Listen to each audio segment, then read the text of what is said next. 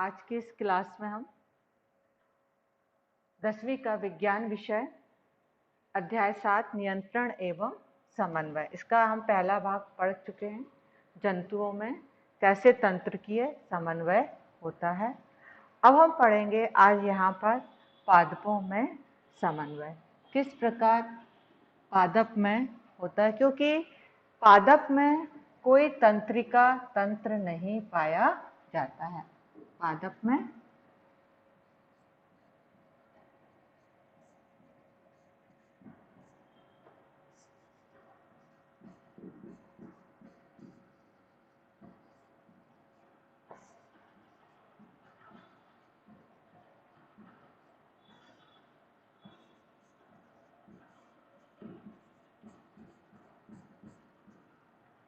जंतुओं में वातावरण के प्रति सामंजस्य स्थापित करने के लिए तंत्रिका तंत्र होता है, लेकिन पादप में तंत्रिका तंत्र नहीं होता है। तो किस प्रकार वो वातावरण के प्रति अपनी अनुक्रिया को क्या करें, प्रदर्शित करें। तो कोई भी उद्दीपन मतलब कारण, उद्दीपन मतलब कारण, जिस कारण से वो अनुक्रिया प्रदर्शित करते हैं। जैसे एक अच्छा उदाहरण है, आपने देखा होगा, एक ये छुई मुई का पौधा है। ये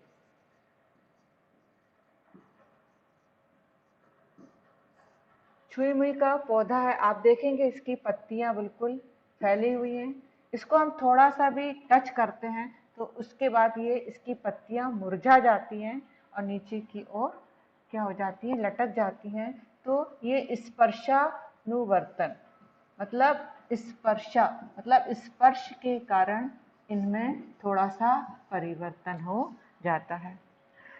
तो पादपों के पूरे शरीर में किस प्रकार अनुक्रिया करें, उनकी वृद्धि को नियंत्रित करें, बीजों के पकने, फलों के पकने, किस प्रकार हम उन पर कार्रवाई करें। तो उसके लिए यहाँ पर पादप हार्मोन्स पाए जाते हैं, रासायनिक पदार्थ भी पाए जाते हैं। आप देखिए ये चित्र में आपको दिखा रहे हैं कि जब वृद्धि होती है किसी भी पौधे में तो वो गति करती है। आपने देखा ना, बीज को हम जमीन में डालते हैं तो वो जड़ें नीचे की ओर गति करती हैं और तना ऊपर की ओर गति करता है। देखिए आप, ये ऊपर की ओर गति करता है और जड़ें हमेशा पानी में नीचे की ओर गति करती हैं। तो इस प्रकार गतियां हो सकती हैं पादप में।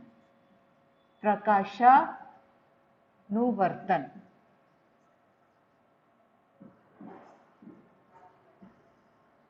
ये दिशीय गतियां हैं या अनुवर्तन गतियां हैं।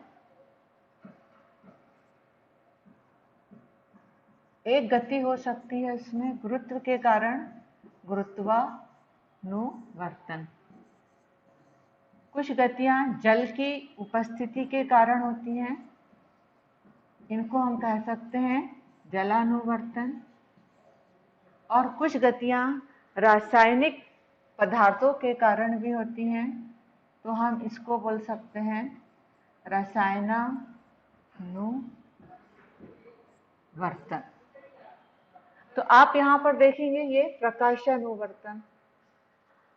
आप इस गमले को देखिए, हमने इसको उल्टा करके रख दिया कि ये तो कुछ समय बाद आप देखेंगे कि जड़ें हमेशा नीचे जाती हैं और तना हमेशा प्रकाश की ओर जाता है। धनात्मक गुरुत्वानुवर्तन मतलब पृथ्वी के गुरुत्व बल की दिशा में, और ऋणात्मक गुरुत्वानुवर्तन मतलब पृथ्वी के गुरुत्व बल के विपरीत दिशा में। जलानुवर्तन, जड़ें हमेशा कहाँ जाती हैं, जल की ओर। जो जड़ें होती हैं वो जल की ओर आकर्षित होती हैं। कभी कभी कुछ रासायनिक पदार्थों की उपस्थिति के कारण भी गतियां होती हैं, उसको हम बोलते हैं रसायनानुवर्तन। अब देखेंगे कि पौधों में जो हार्मोन्स पाए जाते हैं हम उनको बोलते हैं पादप हार्मोन्स। पादप हार्मोन ये एक प्रकार के रासायनिक पदार्थ हैं।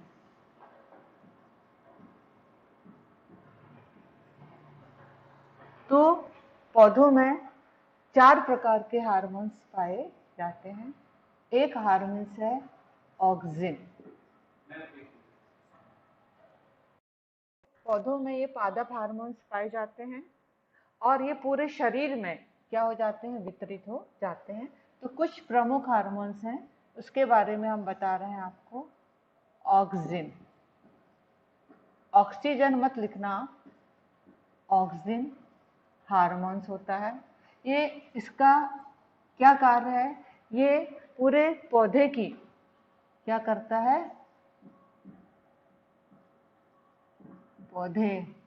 पौधे में अधिकतर तने व कोशिकाओं की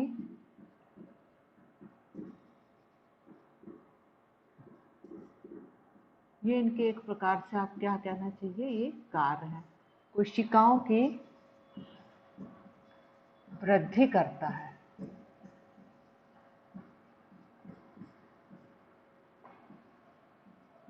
ये जो ऑक्सिन हार्मोन्स हैं, ये पौधे के अग्रभाग, जैसे आप देखिए पौधे की ये शाखाएं हैं, तो ये जो अग्रभाग है, ये अग्रभाग अधिकतर ये यहाँ पर ही ये हार्मोन्स पाए जाते हैं। ये सूर्य के प्रकाश की उपस्थिति में भी इनका निर्माण होता है। तो कोशिकाओं की वृद्धि करते हैं, कोशिकाओं की लंबाई करते हैं ये ऑक्सिन। दूसरा है जिब्रेलिन।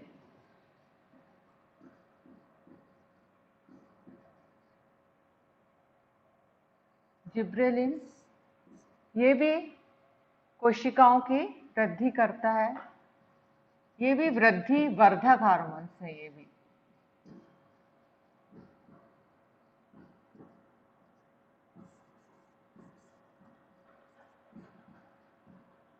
कोशिकाओं की वृद्धि करना, जिब्रेलिन।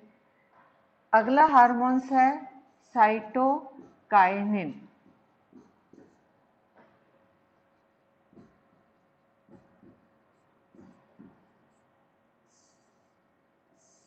ये जहां पर कोशिका विभाजन बहुत तेजी से होता है, जैसे फलों व बीजों में,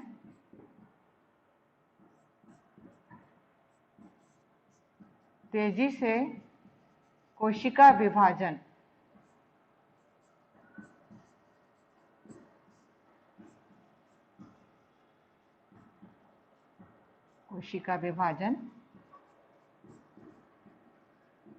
करते हैं साइटोकाइन। तो ये जो शुरू के 3 हार्मोन्स हैं, ये वृद्धि वर्धक हैं। अगला हार्मोन्स है एब्सिसिक अम्ल।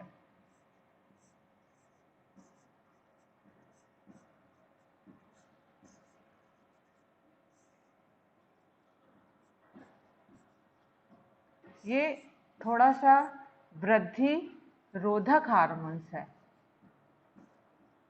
रोधक मतलब जो वृद्धि को रोकता है। जैसे आवश्यकता से अधिक कभी तने में लंबाई ज्यादा बढ़ जाए, तो ये एब्सिसिक अम्ल उस तने की लंबाई को बढ़ने से क्या करता है, रोकता है। तो ये जो शुरू के 3 हार्मोन्स हैं, ये वृद्धि वर्धक है और ये वाला है वृद्धि रोधक हार्मोन्स। तो ये हार्मोन्स पेड़ पौधों की पत्तियों, फलों अधिकतर उनकी वृद्धि करते हैं और आवश्यकता से अधिक वृद्धि होती है तो उसको एब्सिसिक अम्ल रोकता है। जैसे पत्तियों का झड़ना, ये किस अम्ल की उपस्थिति में होता है, ये होता है एब्सिसिक अम्ल। अगला हमारा टॉपिक है जंतुओं में हार्मोन्स। जैसे पादप में हार्मोन्स पाए जाते हैं, वैसे ही जंतुओं में भी हार्मोन्स पाए जाते हैं। जंतुओं में अंतःस्रावी ग्रंथियां पाई जाती हैं।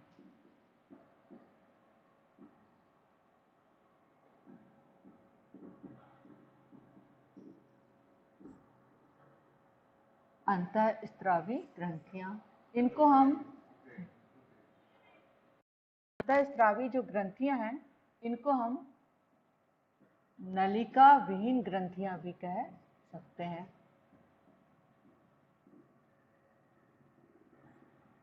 क्योंकि अंतःस्रावी ग्रंथियां निश्चित स्थान पर पाई जाती है और उनसे निकलने वाले हार्मोन्स रक्त के द्वारा पूरे शरीर में पहुंचाए जाते हैं। तो इन अंतःस्रावी ग्रंथियों के बारे में पढ़ने के पहले हम कि ये मानव शरीर में कहाँ कहाँ स्थित होती हैं एक रेखा चित्र के द्वारा हम आपको बतला सकते हैं। ये मस्तिष्क है और इस प्रकार ये आप देखेंगे कि किस प्रकार हम इन ग्रंथियों की स्थिति बतलाते हैं। एक ग्रंथि होती है, इस ग्रंथि का नाम है पीयूष ग्रंथि। ये मस्तिष्क में पाई जाती है। एक गले के पास पाई जाती है। इस ग्रंथि को हम बोलते हैं थायराइड ग्रंथि।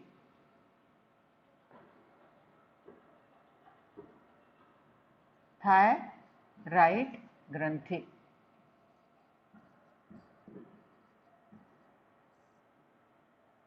उसके पश्चात ये हमारी आहार नाल के पास एक ऐसी पत्ती जैसी ग्रंथि पाई जाती है, इसको हम बोल सकते हैं अग्नाशय ग्रंथि। ये सब ग्रंथियां हैं अंतःस्रावी। उसके बाद हमारा जो वृक्क होता है, किडनी होती है, इस किडनी के पास भी एक ग्रंथि पाई जाती है, दोनों किडनी के पास नहीं पाई जाती है। इस ग्रंथि को हम बोलते हैं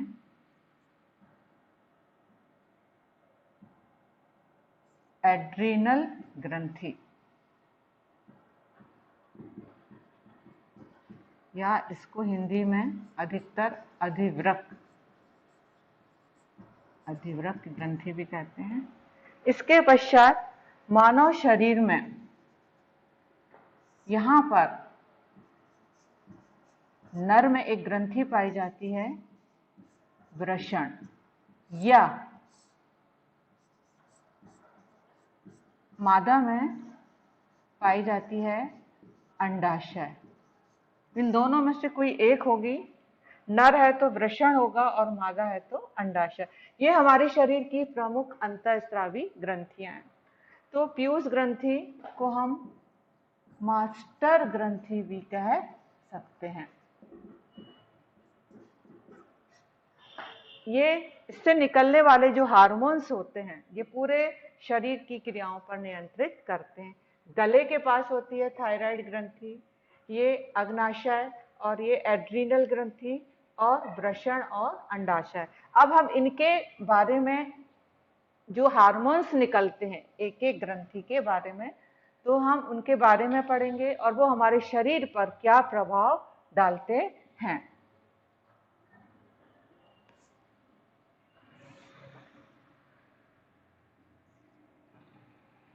पहला था पीयूष ग्रंथि। इससे जो हार्मोन्स निकलते हैं वो होते हैं वृद्धि हार्मोन्स।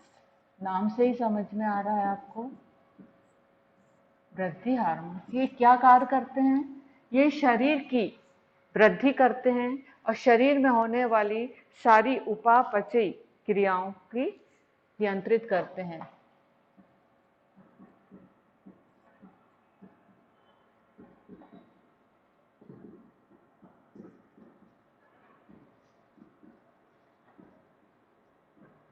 शरीर की वृद्धि करना।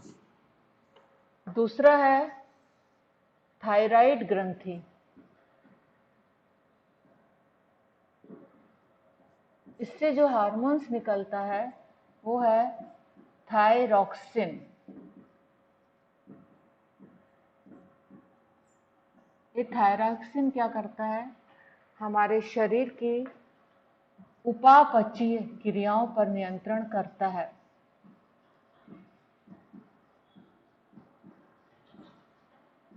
उपापचय, मेटाबॉलिज्म।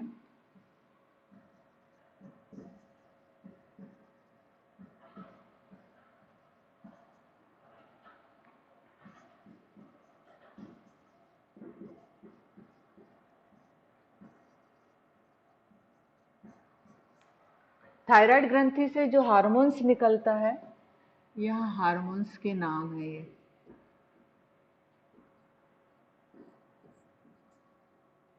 तो ये जो थायरॉक्सिन हार्मोन्स है, इसको बनने में हमें ज़रूरत पड़ती है आयोडीन की।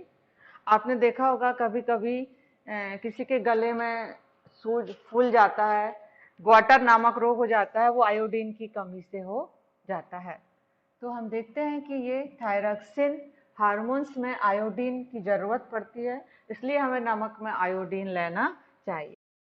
तीसरी ग्रंथि है अग्नाशय। अग्नाशय ग्रंथि, इससे जो हार्मोन्स निकलता है वो हार्मोन्स का नाम है इंसुलिन। ये इंसुलिन हमारे शरीर में उपस्थित शर्करा का पाचन करती है, शर्करा का उपयोग करती है, शर्करा पर नियंत्रण करता है। कौन करता है? इंसुलिन। इंसुलिन हार्मोन्स यदि ज़्यादा हो जाता है या कम हो जाता है, हमारे रक्त में शर्करा का स्तर ज़्यादा हो गया तो हार्मोन्स इंसुलिन ज़्यादा निकलने लगता है, और यदि शर्करा का स्तर कम है तो इंसुलिन हार्मोन्स कम निकलता है। उसके बाद जो अगली ग्रंथि है हमारी है वो है एड्रिनल। एड्रिनल ग्रंथि से जो हार्मोन्स निकलता है वो है एड्रीनिलिन। एड्रीनलिन हार्मोन्स निकलता है, और ये जो एड्रीनलिन हार्मोन्स होता है, ये हृदय की धड़कन, ये भी क्या करता है? हृदय की धड़कन की गति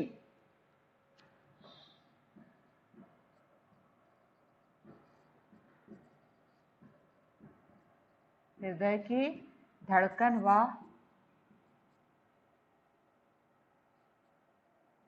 श्वास पर नियंत्रण रखता है। ये एड्रिनल हार्मोन्स देखते हो, जब कोई अचानक घटना होती है उसमें भयभीत हो जाते हैं, उस समय हमारे शरीर में ये एड्रिनल हार्मोन्स निकलने लगता है, जिससे हमारे हृदय की धड़कन बढ़ जाती है।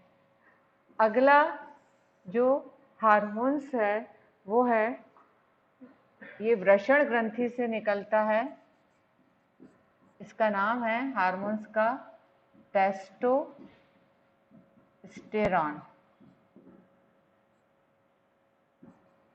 ये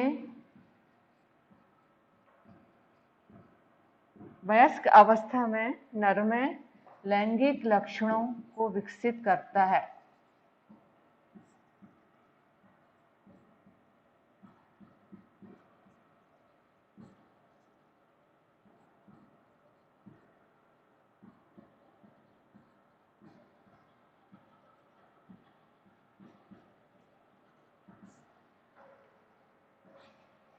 अगली ग्रंथि है अंडाशय। इससे जो हार्मोन्स निकलता है वो है एस्ट्रोजोन। ये फीमेल में भी लैंगिक लक्षणों को विकसित करता है।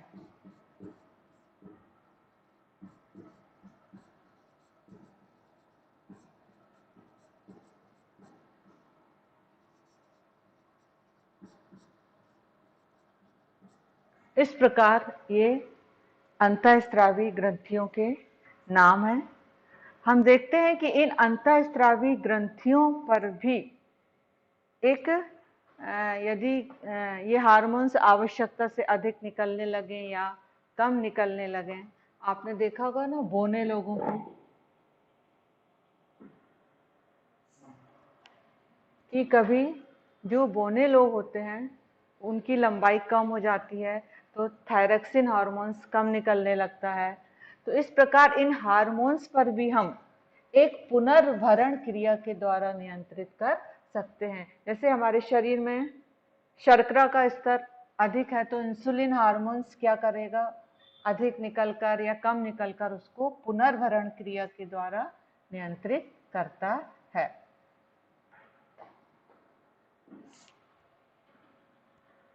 इसके कुछ महत्वपूर्ण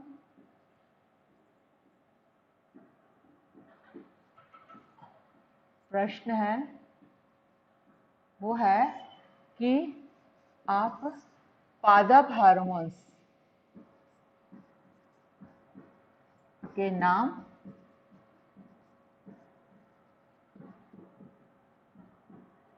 व कार्य बताइए।